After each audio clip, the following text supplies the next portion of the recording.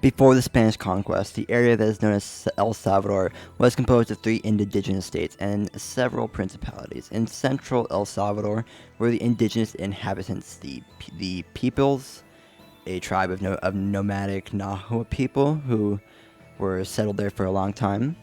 The people strongly resisted Spanish efforts to extend their dominion southward.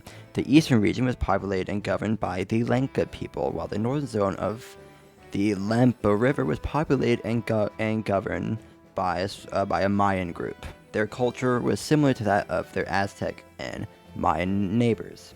The first Spanish attempt to colonize the place failed in 1524 when Pedro de Alvarado was forced to retreat by people warriors led by their king and prince in the Battle of Acajuta.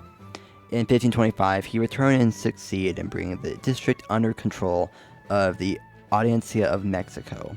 Land environmental impact was dry and cold around this time.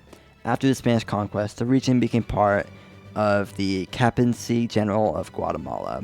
Pedro de Alvarado was the first governor, a position he held until his death in 1541. The area was briefly, from 1538 to 1543, under the authority of the short-lived Real Audiencia of Panama, after which most of Central America was placed under the new Real Audiencia of Guatemala. During this period, the region was divided into the province of San Salvador, the modern capital of El Salvador, which is the province of San Miguel, and the province of Izalcos. In 1579, the province of San Salvador became an alcaldia mayor. In 1786, it became an intendancy, and in 1821, it became a province with a provincial council.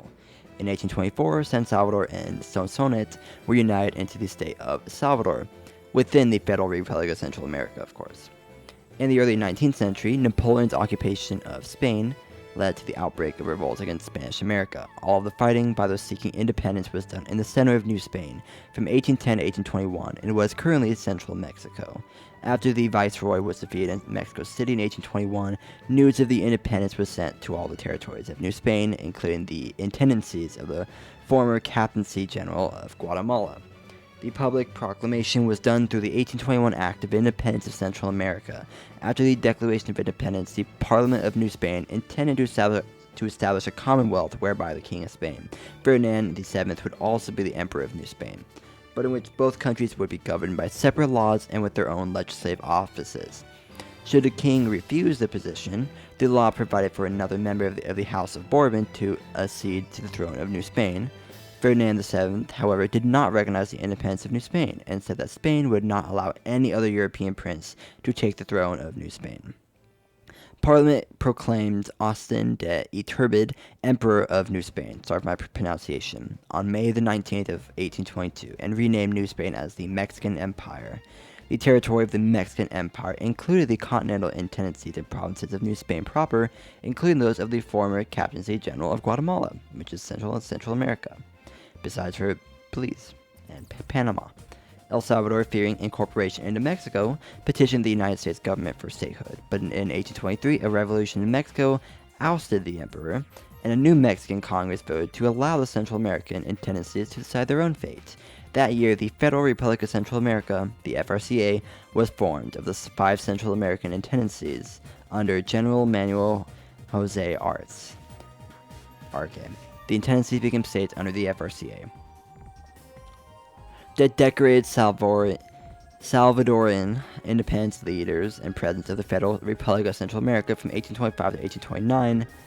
In 1832, Anastasio Aquino led an indigenous revolt against Creoles and Mestizos in Santiago Nonaco, a small town in the province of La Paz, not Bolivia. The source of the discontent of the indigenous people was the constant abuse and the lack of land to cultivate. The problem of land distribution has been the source of many political conflicts in Salvadoran history. The FRCA was dissolved in February 1841, and El Salvador gained recognition as an independent republic on February 18th of 1841. I did skip through some bits, but this is supposed to be simplified. Between 1931, the year of General Maximiliano Hernandez Martinez coup, In 1944, when he was deposed, there was brutal suppression of rural resistance. The most notable event was in 1932, Salvadoran peasant uprising headed by Farabundo Martí, Chief Feliciano Alma from the Izalco tribe, and Chief Francisco Chico Sanchez from Hoya, Izalco subdivision. The government retaliation, commonly referred to as La Matanza, aka the slaughter, which followed days of protests. In this matanza, between 10,000 and 40,000 indigenous people and political opponents were murdered, imprisoned, or exiled. Federal Research Division historian Richard Haggerty described the coup as a watershed event in Salvadoran history, while other historians described both the coup and the subsequent La Matanza, January 1932 military instigated massacre that killed up to 40,000 peasants, like I said, as landmarks in the history of the country. From 1931 to 1982 was ruled by either a military dictator or a joint civilian-military dictatorship, and the economy was based primarily on the cultivation and exploitation of coffee. These authoritarian governments employed political repression to maintain power, despite the appearance of democracy. Throughout the 1970s, there was great political instability in El Salvador. In the 1972 presidential election, opponents of military rule united under Jose Napoleon Duarte, leader of the Christian Democratic Party, the PDC. Amid widespread fraud, Duarte's broad-based reform movement was defeated. Subsequent protests and an attempted coup were crushed, and Duarte was exiled.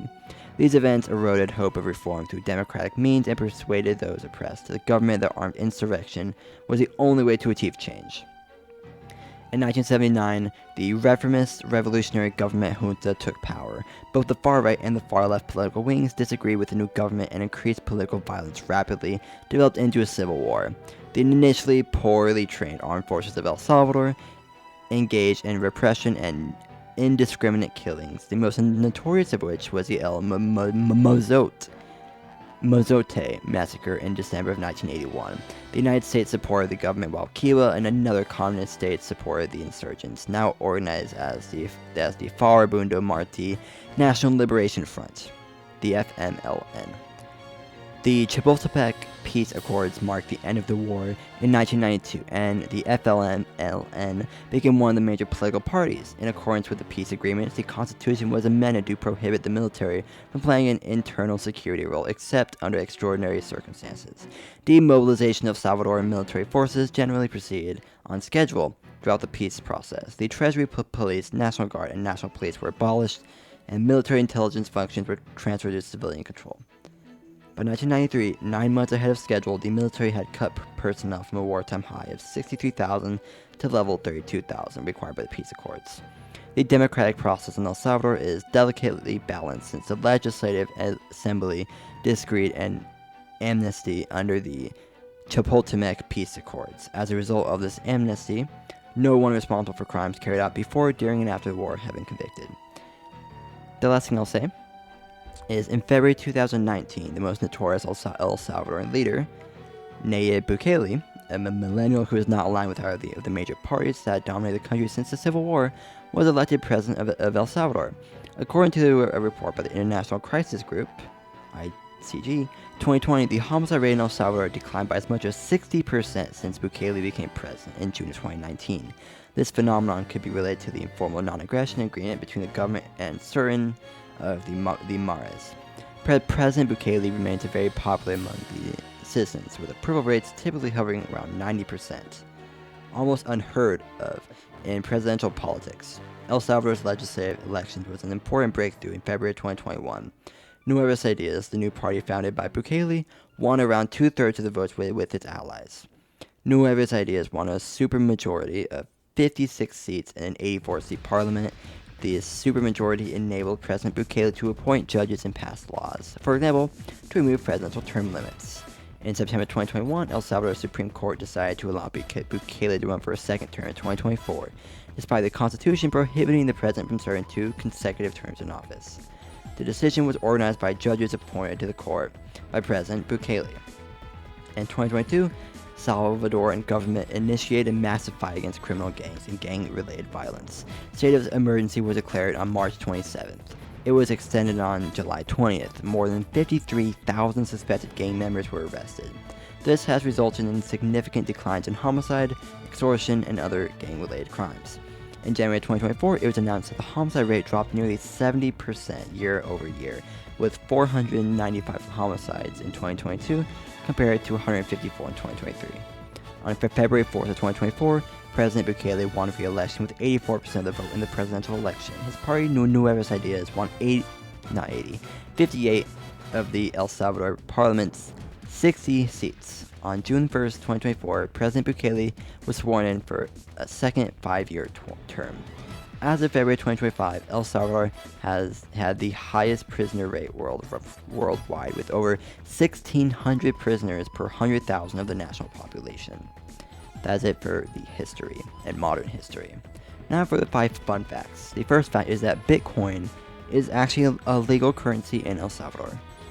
The next fact is that El Salvador is the smallest Central American country by land area, just narrowly being smaller than Belize, but having much more population. The third one is that El Salvador is the only Central American country without a Caribbean coastline. Fourth is that El Salvador and Honduras fought the Football War, or the 100-Hour War, in 1969 from tensions between the countries coinciding with riots during the 1970 FIFA World Cup qualifier. And the last fact is that the El Salvador flag is the direct descendant of the Republic of Central America flag. Anyways, that is it for the history of El Salvador.